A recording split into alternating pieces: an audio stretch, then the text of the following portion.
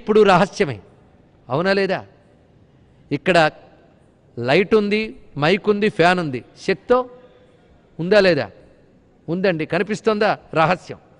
రహస్యమైన శక్తి లేకుండా ప్రకటమైన పరికరాలు పనిచేయట్లేదు. ఆ రహస్యమే లలితా సహస్రనామాల్లో.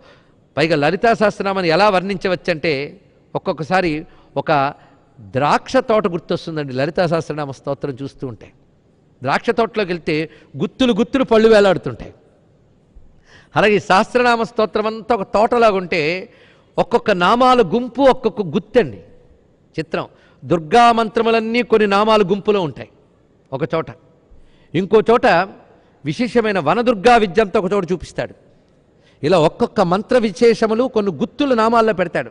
ఆ నామాలు గుత్తి తీసుకుని పారాయణ చేయాలి. ఉదాహరణకి భవదావ సుధావృష్టి, పాపారణ్య దవానల, దౌర్భాగ్యతూల వాతూల, జరాధ్వాంతర విప్రభ,